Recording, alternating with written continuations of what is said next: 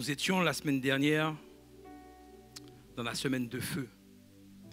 Et combien nous avons besoin de ce feu intense, ce feu fort, pour que nous puissions maintenant entrer dans un engagement. Comme l'a dit tout à l'heure pasteur assistante Florence, quel est ton engagement? Qu'est-ce qui te pousse à t'engager, à manifester un engagement? Bien sûr, il y a une multitude d'engagements. L'engagement que tu peux avoir vis-à-vis de tes enfants, un engagement que tu peux avoir vis-à-vis de ton époux, de ton épouse. Comment tu le considères? Comment tu as envie de le manifester en ce matin? Pas pour ce matin uniquement, mais pour les jours à venir, pour les semaines à venir, pour les temps à venir. Comment tu vas le considérer? Comment tu vas le faire, le pratiquer avec l'amour de Dieu? Ce matin, bien-aimé, je voudrais que tu te poses cette question. Comment est ton intimité, ta relation personnelle avec ton Dieu? Est-ce que tu pratiques le jeûne, la prière, pour être en phase avec le Seigneur, pour lui demander, pour le supplier? Comment tu passes tes nuits ou tes journées avec le Seigneur? Quand tu as le temps de pouvoir être auprès de lui, de pouvoir lui demander, comment tu passes ce moment-là? Est-ce que tu te confies au Seigneur?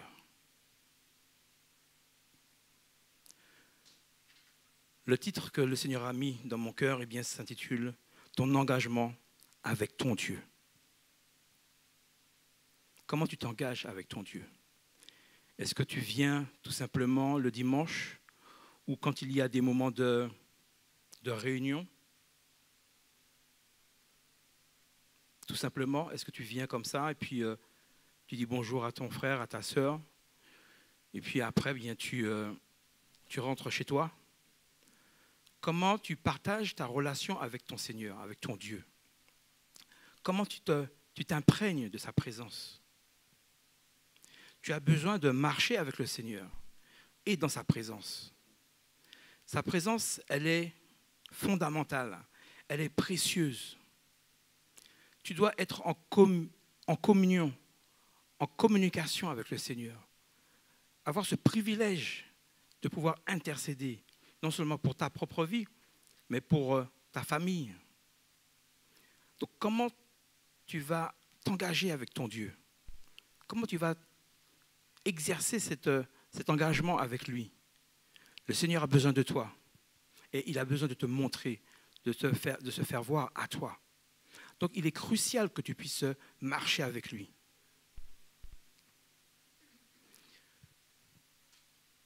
La plupart d'entre nous, nous avons eu cet engagement, un engagement dans le baptême.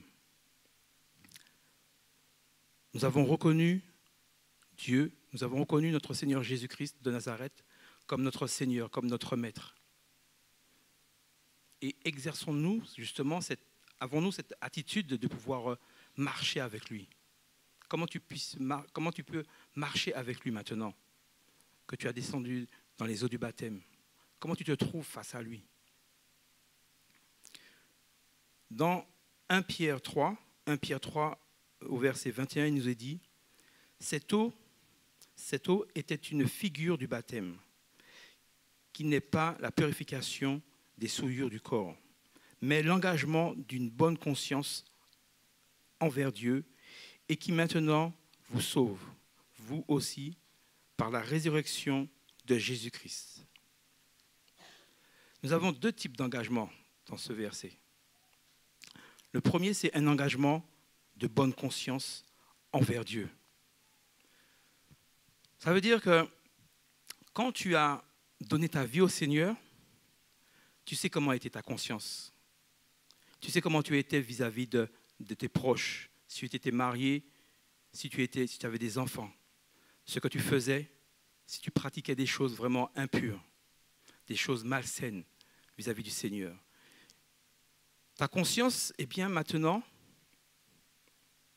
mais envers Dieu, envers ton Seigneur, elle est irréprochable. Elle ne peut pas t'accuser de quoi que ce soit, puisque tu es descendu dans les eaux du baptême et l'engagement a fait que tu t'es nettoyé, tu t'es lavé de toutes les souillures du passé. Et le Seigneur maintenant a fait de toi une nouvelle nature, une nouvelle femme, un nouvel homme. Il a fait de toi un enfant qui marche debout maintenant, qui s'est engagé, qui a pris un engagement de marcher de gloire en gloire et de victoire en victoire. Et donc, cette conscience que tu as envers Dieu, eh bien, elle doit être propre. Tu dois marcher, comme l'a dit tout à l'heure le pasteur, dans la sanctification. Et il est important que tu puisses marcher dans la sanctification. C'est de bon augure que tu puisses marcher ainsi. Parce que tu fais voir à ton Seigneur et à ton Maître comment tu es, ton positionnement. Tout cela est important. Sans la sanctification, comme l'a dit le pasteur, nul ne verra le Seigneur. Donc, ton engagement doit être saint, propre devant le Seigneur, pour que sa gloire, sa magnificence puisse se révéler à toi. Il me sauve par la résurrection de Jésus-Christ de Nazareth. Oui, par sa résurrection, eh bien, c'est un engagement que tu as fait. Tu t'es allié à Christ. Tu t'es allié à son Père, son Maître. Tu t'es allié à Christ. Tu as fait corps maintenant. Tu fais corps avec Christ. Et tu as besoin maintenant de grandir en Jésus-Christ de Nazareth. Non pas vis-à-vis d'un homme, d'une femme, mais c'est en Jésus-Christ de Nazareth. Tes pas doivent avoir l'empreinte de Christ. Tu dois marcher dans l'empreinte de Christ maintenant. Si Christ te dit d'aller à droite, tu vas à droite. S'il te dit d'aller à gauche, tu vas à gauche. Si le Seigneur Jésus te dit d'arrêter, tu t'arrêtes. S'il te dit de continuer la marche, tu continues. Mais toujours avec lui, toujours dans ses empreintes. Et je vous recommande le livre de Pasteur Jocelyne sur les traces de Jésus. Et donc, quand tu marches avec Jésus, tu marches dans un rayonnement. Tu vois sa gloire. Tu as besoin de te marier, tu as besoin de fonder une famille, tu as besoin d'avoir des enfants, tu as besoin de travailler, de créer des entreprises. Il faut que ton engagement soit avec le Seigneur. Il faut que ton engagement soit empreint avec le Seigneur. Autrefois, tu marchais sans Dieu, sans penser même à lui. Et donc le Seigneur, maintenant qu'il se fait connaître à toi, remet tous tes projets entre ses mains. Fais-lui confiance. Aujourd'hui, nous passons des temps difficiles, des temps pénibles par rapport à cette histoire de Covid. Quel est l'engagement que tu fais? Quel est l'engagement que tu prends? Dans quel engagement que tu te poses maintenant pour justement affronter tout ce qui se passe? La maladie.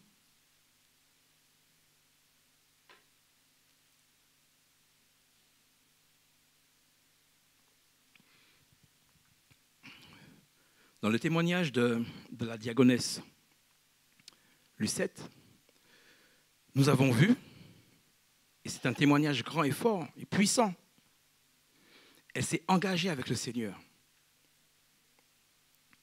Donc moi, je ne peux pas être malade, je n'ai pas besoin du Seigneur, je navigue sans lui, je n'ai pas besoin de boussole, je n'ai pas besoin qu'il puisse souffler sur ma voile, puisque je peux faire tout seul. Non. Elle a mis toute sa confiance. Elle a mis tout son engagement dans la présence de Dieu, à chaque moment, à chaque instant. Donc, elle s'est alliée avec le Seigneur dans la prière, avec ses enfants. Et nous en voyons le résultat. Donc, toi-même aussi, qu'est-ce que tu veux pour toi, pour ta propre vie? Quelle est la source qui va faire que tu vas pouvoir avoir tes bénédictions? Le Seigneur a besoin de toi. Le Seigneur a besoin de te faire sortir du carcan ou des carcans que tu peux, du moins que tu as amassé durant toute ta vie. Donc, que veux-tu faire? Veux-tu t'engager ou dire je n'ai pas besoin du Seigneur? Ça va se faire comme ça, au gré de la vie, au gré du temps. Mais le temps n'est pas à toi. Le temps ne t'appartient pas. Le temps appartient au Seigneur. Tes pensées ne sont pas tes pensées. Confie-toi au Seigneur. Donne au Seigneur. Remets au Seigneur. Que sa volonté se fasse sur ta propre vie. Il faut que tu puisses t'insérer dans cet engagement pour que la puissance de Dieu puisse se manifester sur ta propre vie.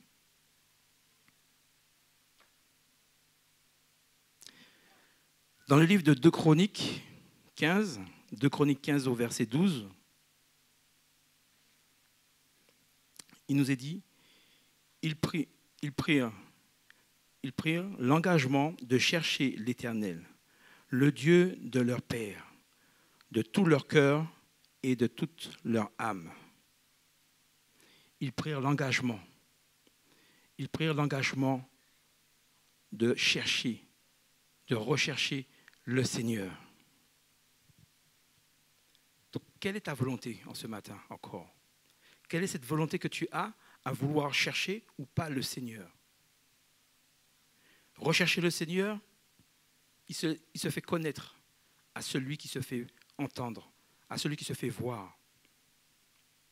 Tu peux être dans le creuset de la honte, dans le creuset de la perdition. Tu peux être au plus profond du trou. Mais sache que le Seigneur est celui qui entend la prière de son juste. Donc si tu veux te faire entendre, crie à l'Éternel, loue à l'Éternel, adore l'Éternel. Il nous est dit qu'ils voulaient le rechercher de tout leur cœur, de toute leur âme. Le cœur et l'âme sont des creusets essentiels. Ton cœur et ton âme est un creuset essentiel pour le Seigneur. Parce que nous savons que dans le cœur, eh bien, il y a toutes sortes de rapines, il y a toutes sortes de choses qui ont été pour toi un sujet de faiblesse. Tu as été peut-être abandonné, tu as été laissé de côté, tu n'as pas été entendu, tu as reçu du désarroi. En fait, tu as été peut-être meurtri au plus profond de toi.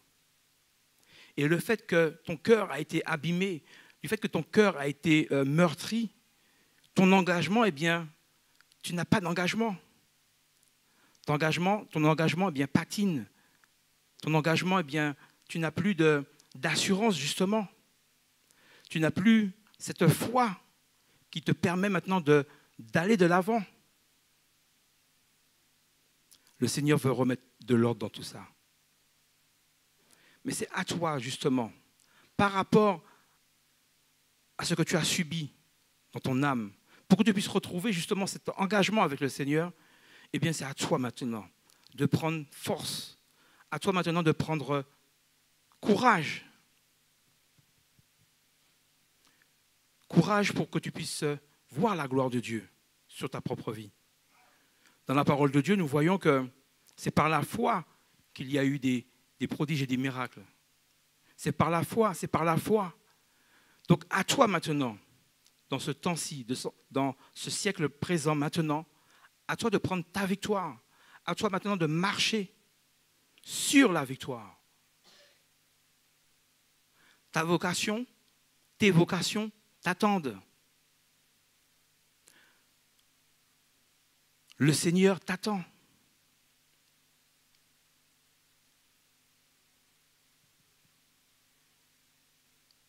La puissance de l'Éternel t'attend. Donc c'est à toi de marcher dans un engagement ferme, dans un engagement où tu verras la gloire du Seigneur.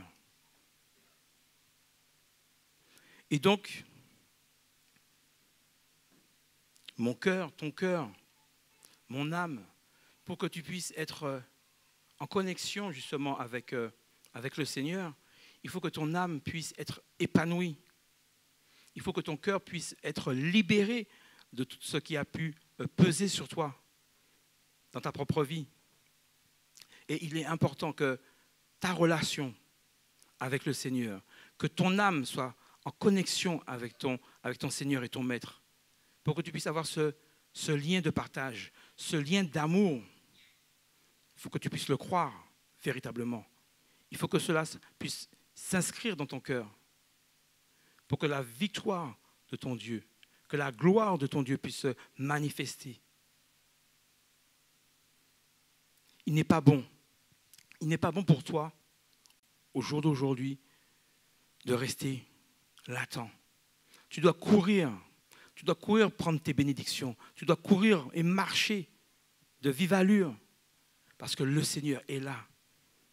Le Seigneur est là pour te bénir, pour te faire montrer justement ce qu'il attend de toi. Dieu est un Dieu merveilleux. Confie-toi en l'Éternel et tu verras sa gloire se manifester. Ne reste pas le cœur fermé, le cœur bloqué par rapport à toutes les intempéries que tu as pu subir dans ta propre vie. Le Seigneur a besoin d'ouvrir les portes de ton cœur. Le Seigneur a besoin de se faire voir à toi maintenant, tout simplement. Il te suffit tout simplement d'élever la voix, de lui dire « Seigneur, me voici, fais de moi un instrument comme tu le veux, comme tu le désires, pour mon époux, pour mon épouse, pour mes enfants, pour mes petits-enfants. » Et tu verras sa consolation se dessiner, s'inscrire pour toi. Il faut s'engager, bien-aimé. S'engager d'un pas ferme, un pas assuré vis-à-vis de notre Seigneur. Ainsi, tu verras sa gloire se manifester. Tu verras ainsi sa manifestation glorieuse se faire. Comme je le disais tout à l'heure, nous avons ce Covid qui se manifeste. Quel est ton engagement que tu fais? Est-ce que tu pries? Est-ce que tu jeûnes? Est-ce que tu supplies ton Seigneur, justement, pour que toute chose cesse? Pour que les yeux des autres personnes puissent s'ouvrir à la vérité. Tu dois pouvoir maintenant te confier au Seigneur et lui dire, Seigneur, je veux voir ta gloire. Je veux voir, Seigneur, la gloire se faire pour ma vie. Quand un homme et une femme se rencontrent, ce n'est pas la femme qui prend un engagement vis-à-vis de l'homme. D'accord? Vous n'êtes pas d'accord? Bon. C'est l'homme qui prend l'engagement sur la femme. Je viens auprès de toi, voilà, le Seigneur m'a dit, etc., etc. Mais c'est l'homme qui fait le geste. C'est l'homme qui prend le pas. Il s'engage avec sa future fiancée, sa future femme. Ils s'engagent et ils prennent de fermes décisions. Dans la prière, ils vont s'unir. Avant de s'unir, bien sûr, devant le maire, premièrement, et après, devant l'Église. On ne fait pas les choses à l'envers. Donc, ton engagement vis-à-vis du Seigneur, il faut que tu puisses maintenant prendre le pas et aller vers le Seigneur. Prendre le pas pour gagner des victoires, dans ce royaume, dans le royaume de Dieu. Il y a inscrit des vocations. Donc vas-y, mon frère, ma soeur, vas-y, engage-toi. Parce qu'il y a une puissance qui se fait. Il y a une puissance qui se révèle à toi. Si tu ne marches pas dans cette puissance, tu ne verras pas la manifestation de ton Dieu se réaliser.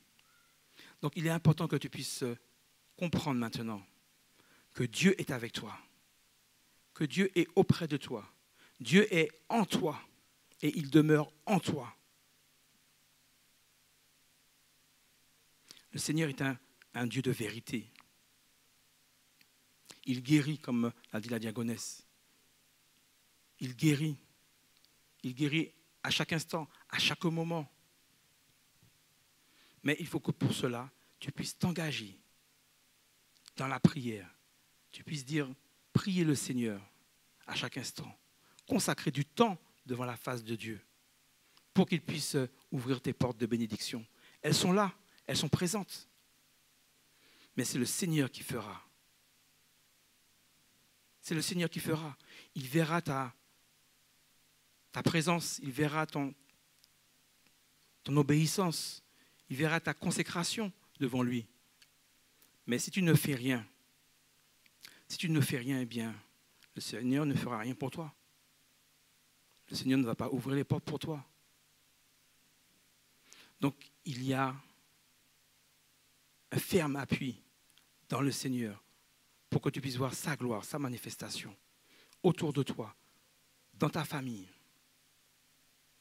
Et ainsi, tu verras sa grâce s'accomplir pour toi.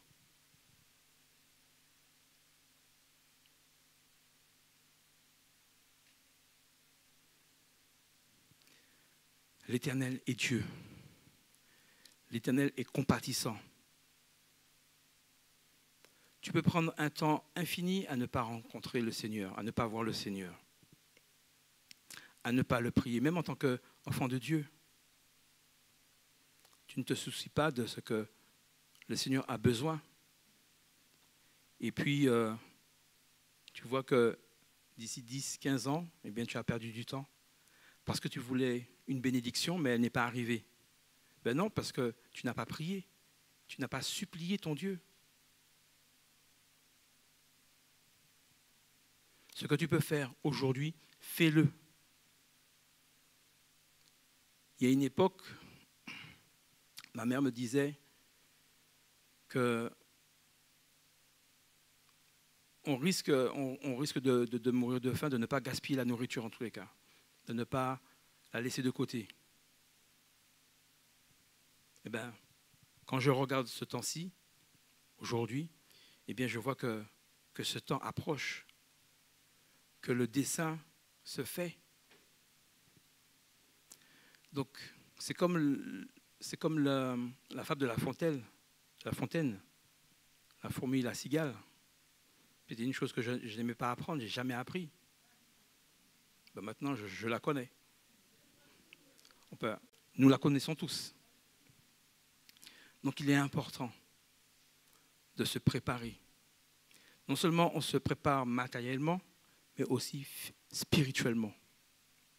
Et le spirituel a beaucoup plus d'importance, bien aimé, beaucoup plus d'importance, parce qu'elle va me donner à revêtir, en tous les cas, les armures de notre Seigneur, notre Dieu.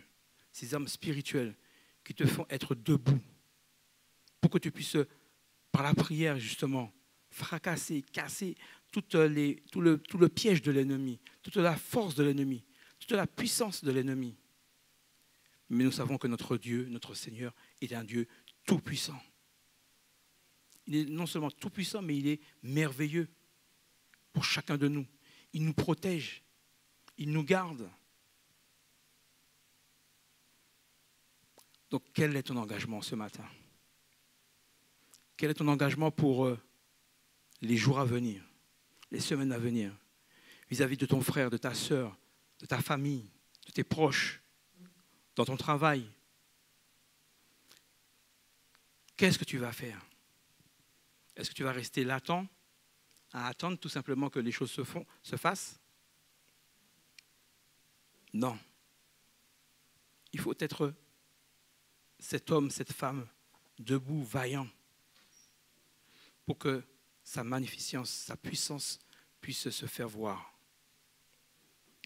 Dieu est un Dieu grand. Dieu est un Dieu tout-puissant et merveilleux. Alors donne-toi à lui tout entier, pas à petit, tout entier dans la prière. Quand tu as un moment de prière, fais-le. Il faut l'exécuter, cette prière. Il faut l'exécuter. De ton engagement, je dis bien de ton engagement, va déterminer ta robustesse. De ton engagement va déterminer ta personnalité dans le Seigneur. Donc il est important que tu puisses maintenant être cette femme, cet homme debout pour la gloire de ton Seigneur, pour la gloire de ton Maître. Dieu a besoin de toi. Dieu a besoin de nous. Dieu a besoin de vous tous aussi qui nous regardez à travers le net. Dieu a besoin de cette armée qui s'engage, qui donne front dans la bataille. Ce n'est pas un à droite, un à gauche et puis un seul se lève pour rentrer dans la bataille. Nous sommes tous au service du Seigneur. Nous avons tous et nous devons tous prendre cet engagement avec le Seigneur. Amen.